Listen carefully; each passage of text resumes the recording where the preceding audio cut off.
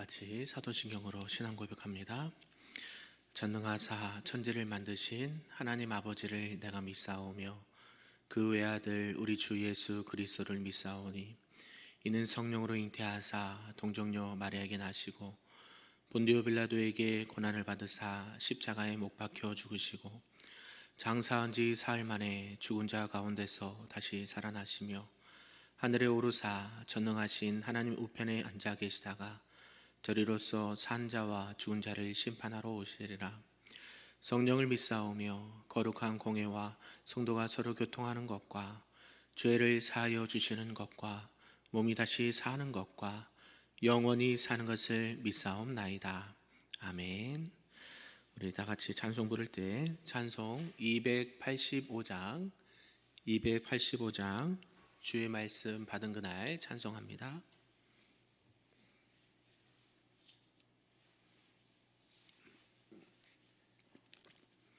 찬송합니다. 주의 말씀 받은 그날 참 기쁘고 복되도다. 이 기쁜 마음 못 이겨서 온 세상에 전하노라. 기쁜 날 주 나의 죄 다 씻은 날 늘 깨어서 기도하고 늘 기쁘게 살아가리. 기쁜 날 주 나의 죄 다 씻은 날 이 좋은 날 내 천한 몸 새 사람이 되었으니 이 몸과 마음 다 바쳐서 영광의 주를 섬기리. 기쁜 날 주 나의 죄 다 씻은 날 늘 깨어서 기도하고 늘 기쁘게 살아가리. 기쁜 날 주 나의 죄 다 씻은 날 새 사람 된 그날부터 평안한 마음 늘 있어서 이 복된 말 전하느니 나의 본분 삼았도다. 기쁜 날 주 나의 죄 다 씻은 날 늘 깨어서 기도하고 늘 기쁘게 살아가리. 기쁜 날 주 나의 죄 다 씻은 날. 아멘. 오늘 하나님의 말씀은 구약성경 민수기 29장 말씀입니다. 구약 245쪽에 나와 있습니다. 민수기 29장 말씀입니다.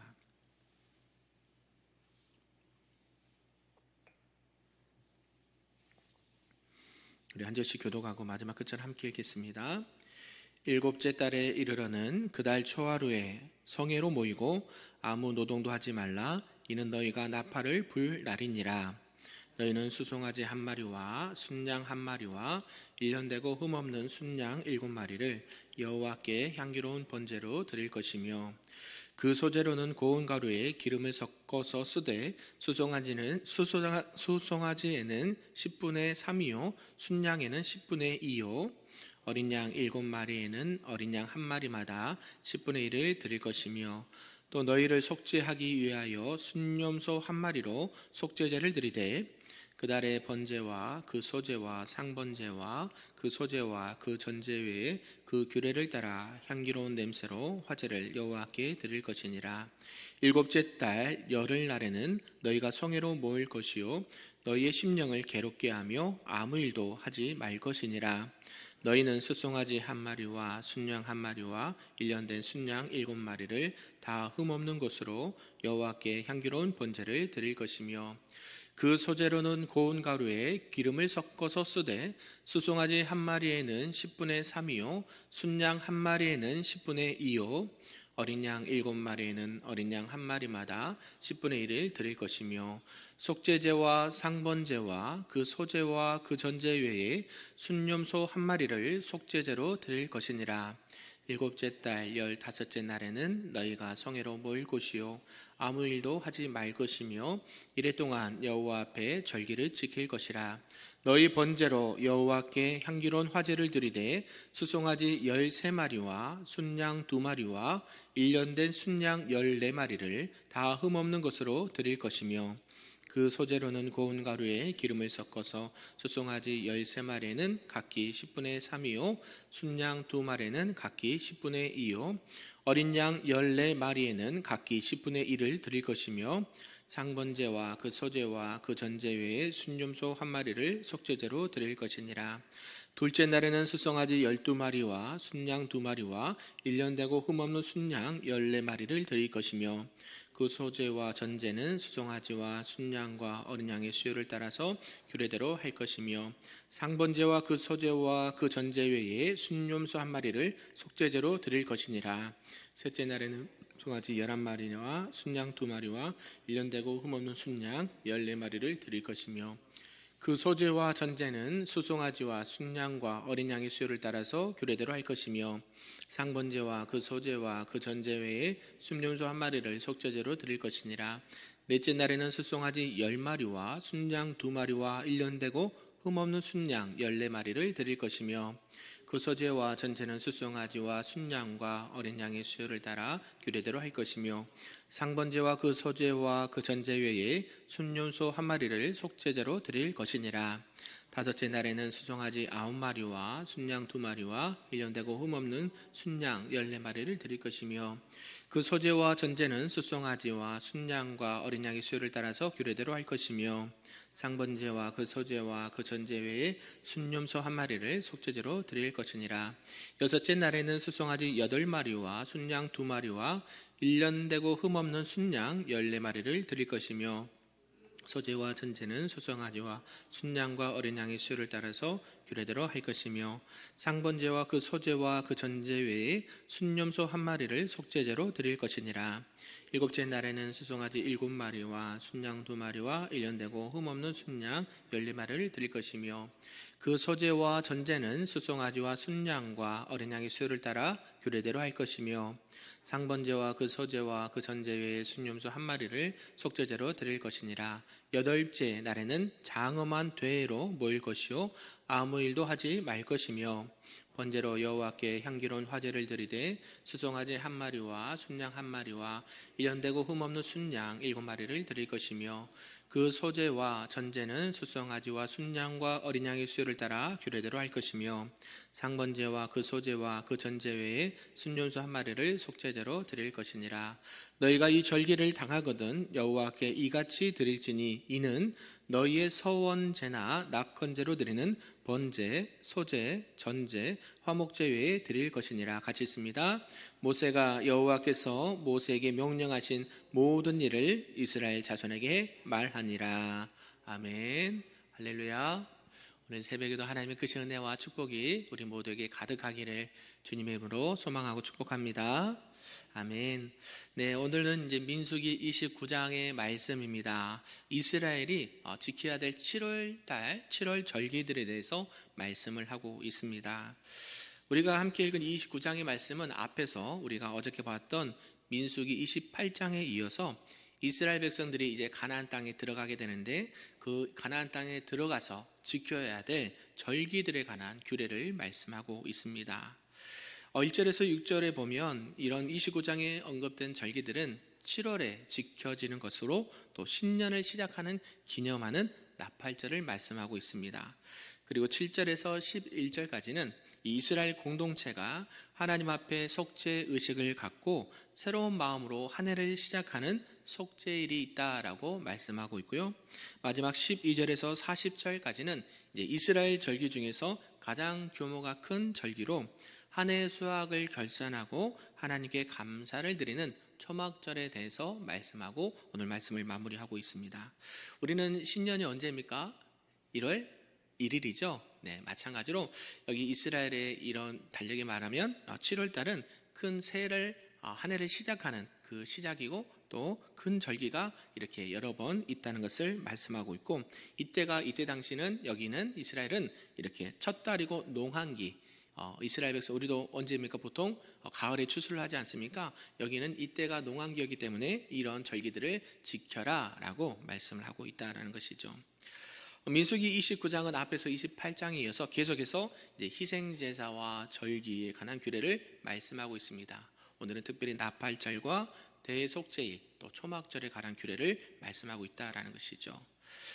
하나님께서 이렇게 오늘 말씀을 통해서 자세히 살펴보면 하나님께 제사 드리는 방법 또 희생 제물의 숫자까지 아주 소상하고 자세하게 가르쳐주고 있는 것을 우리가 살펴볼 수 있다는 것이죠. 이것은 무엇을 의미할까요? 바로 이것은 이스라엘 백성들, 하나님께서 택한 이스라엘 백성들은 하나님 앞에 한치의 어떤 흐트럼이나 부족함이 없이 정해진 말씀에 따라서 철저하게 순종하라라는 말씀의 의미가 담겨 있다라고 볼 수가 있는 것이죠. 그래서 하나님은 이것을 통해서 이스라엘 백성들이 하나님 앞에 예배와 제사를 드릴 때 바르게 또 올바르게 드리기를 원하신다라는 것을 알 수가 있는 것입니다. 이런 전체의 내용을 통해서 오늘 우리에게 주신 말씀을 몇 가지로 살펴보도록 하겠습니다. 그 첫 번째가 나팔절에 관한 규례를 말씀하고 있다는 것이죠. 7월 1일은 나팔절로 지켜야 됐다라고 말하는 것이죠. 나팔절, 이날은 무엇을 행할까요? 나팔이니까 뭘 부를까요? 나팔을 불죠. 이해하기 쉽죠? 나팔절은 나팔을 불어서 즐거워하는 축제일이라는 것이죠. 이 절기가 7월 1일에 지켜진 것이 바로 7월 1일은 유대 민간력의 달력에 의하면 정월 초하루, 우리가 말하는 1월 1일 이렇게 해당되기 때문에 하나님께서는 이 정월 초하루에 새해가 시작되는 첫날 아침에 나팔을 불면서 새해 첫날을 기쁨으로 맞이하게 하신 것이다 라고 알 수가 있는 것이죠. 우리도 그렇죠. 성구 영신 예배 때 첫날 첫 시간을 누구에게 드립니까? 하나님께 드리잖아요. 의미가 어디 있어요? 동일하게 여기 있다라는 것이죠. 마찬가지입니다. 이것은 하나님의 백성들이 범사에 무엇을 하든지 항상 무엇을 중심으로 신앙생활을 해야 된다? 하나님 중심으로 시작을 하고 또 신앙생활을 해야 된다라는 것을 말씀하고 있습니다. 그리고 이 나팔절 절기에는 반드시 속죄제도 겸해서 드려야 됐다라고 말씀하고 있죠. 한 해가 시작되는 이 신년 초에 속죄 제사를 드린다는 것은 어떻게 보면 좀 이상하게 느낄 수도 있지만 그렇지 않다라는 것이죠. 하나님께서는 이렇게 명령하신 이유가 있다라는 것입니다. 왜 그럴까요? 바로 지난 과거의 한 해 동안 무엇을 회개해요? 하나님 앞에 혹여나 알게 지은 죄 모르게 지은 죄를 다 회개하고 어때요? 우리 뭐예요? 새로운 마음가짐을 하지 않습니까? 하나님, 작년에는 이러이러한 것이 부족했고 이러한 것은 제가 잘못을 했고 하나님 용서해 주시고 또 새로운 한 해는 어떻게 해요? 하나님의 말씀에 따라 내가 기도를 열심히 하겠습니다. 작정하겠습니다. 주일날 빠지지 않겠습니다. 이렇게 한다는 거죠. 새로운 마음으로 하나님 앞에 다시 그 자세를 바르게 한다라는 것이고요. 한 해 동안 하나님의 은혜와 도우심이 반드시 필요합니다. 하나님 도와주시고 가정에 건강을 주시고 자녀들이 잘되게 하시고 동일하게 이스라엘 백성들이 이러한 마음으로 이런 나팔절을 지켰다라는 것이죠. 왜 그렇게 했을까요? 저와 여러분도 마찬가지죠. 하나님의 도우심이 없으면 단 한순간도 살아갈 수가 없고 하나님의 은혜가 아니면 우리가 숨을 쉴 수조차 없는 그런 연약한 자들입니다. 누가 필요해요? 하나님의 도우심과 하나님의 은혜와 하나님의 보호하심이 동일하게 이들에게도 우리에게도 있는 줄로 믿습니다. 그래서 늘 날마다 하나님 앞에 이러한 마음과 자세로 살아가고 또 예배드려야 된다라는 것을 우리에게 말씀한 줄로 믿습니다. 두 번째는 이제 속죄일에 대한 규례를 말씀하고 있다라는 것이죠. 이날은 언제냐면 7월 10일 그러니까 7월 1일이 아까 나팔절 시작하는 한 해였는데요. 이제 7월 10일이 되면 대속죄일로 이렇게 지키라라고 명령하셨습니다. 대속죄일은 1년에 몇 차례일까요? 한 차례, 단 한 번. 이것은 모든 이스라엘에 있는 모든 백성들뿐만 아니라 대제사장과 족장과 또 많은 민족들과 많은 사람들까지, 아니면 그 영내에 들어와 있는 객이라도 나그네라 할지라도 반드시 지켜야 될 속죄일이다라고 말하는 것이죠. 그래서 그냥 속죄일이 아니라 대속죄일이라고 하는 것이죠. 그래서 이날에는 사람들만이 아니라 그 모든 자들 통해서 하나님 앞에 이런 대속죄를 지켜야 된다라고 말하는 것이고요. 속죄 뭐예요? 죄를 속함을 받는 거잖아요. 사함을 받는 거기 때문에 혹여나 범죄한 자들 또 잘못이 있는 자들은요, 각종 성물과 성소의 성물들까지도 다른 물건들까지도 이날 속죄해야 된다라는 것입니다. 이것은 무엇을 의미할까요? 바로 이러한 절기는 하나님 앞에서 사람이 됐든지 모든 자연 만물이 됐든지 철저하게 정결해야 되고 하나님 앞에 깨끗하고 거룩하게 나아가야 된다라는 것을 의미하고 있다는 것이죠. 우리도 하나님 앞에 어떤 마음으로 나아가야 돼요? 이런 마음과 자세로 나가야 된다라는 것이죠. 그리고 이 대속죄일은 스스로 마음을 좀 괴롭게 해야 된다라고 말하고 있어요. 그것은 무엇을 의미할까요? 철저하게 회개하고 하나님 앞에 은혜를 구해야 된다라는 것입니다. 하나님의 은혜를 받기 위해서는 뭐가 전제가 돼야 될까요? 하나님 앞에 회개가 전제가 돼야 된다는 거예요. 내가 하나님에게 은혜를 받고 복 받기를 원하고 내가 형통하기를 원하면 그 전에 뭐가 따라야 돼요? 회개가 있어야 되는, 회개가. 내가 알고 지은 죄 모른 죄를 하나님 용서하여 주옵소서. 그래 뭐가 와요? 하나님께서 주신 은혜와 평강이 따라와요. 그게 없으면 어떻게 해요? 불안해서 살 수가 없어요. 이게 하나님의 것인지 내 것인지, 이게 내가 잘해서 받는 것인지 내가 못해서 받는 것인지 헷갈린단 말이에요. 그러나 어때요? 하나님 앞에 철저하게 회개할 때에 모든 것이 뭐예요? 하나님의 은혜고 나에게 공급하신 그 모든 것들이 하나님의 도우심이었다라고 고백할 수가 있다라는 것이죠. 그래서 이날은 유대인들에게 회개를 할 거나 애통할 때에 가슴을 치며 옷을 찢고 재를 뒤집어 쓰는 풍습이 있었다라는 것이죠. 우리가 엊그저께도 말씀을 살펴봤듯이 여호수아와 또 장로들이 아이성에서 전투에서 패배했을 때 어떻게 했어요? 성경에 보니까 옷을 찢고 머리에 재를 쓰고 하나님 앞에 엎드려 회개한 거예요. 회개. 이런 의미가 있다는 것이죠. 근데 이런 회개의 모습들이 점차 어떤 개인적인 회개나 또 장래, 국가적인 위기 상황 가운데 이러한 자세를 취했다라는 것이죠. 근데 이게 너무 이제 이렇다 보니까 어떻게 되냐면 그 회개하는 자세로 그냥 형식적으로 기울여지는 모습도 없지 않아 있었다라고 성경은 말합니다. 그래서 하나님께서는 이스라엘 백성들을 통해서 이 대속죄를 지키는 마음과 자세로 항상 하나님 앞에 경건히 서야 되고 회개하는 삶을 살아가야 된다라고 말씀해 주시는 것이죠. 이런 가운데 마지막 세 번째가 이제 초막절에 관한 규례를 말씀하고 있습니다. 초막절기를 반드시 지켜라라고 명령을 하신 것이죠. 이때는 언제냐 봤더니 바로 이스라엘 백성들 향해서 7월 15일부터 8일간 초막절기를 지키라라고 했습니다. 그러니까 7월 1일부터 그죠? 7월 10일 날 대속죄일, 그다음에 7월 15일 날 그래서 8일간, 그러니까 거의 7월 한 달간을 그저 예배하고 제사하고 이런 절기들을 지키는 것을 보게 된다라는 것이죠.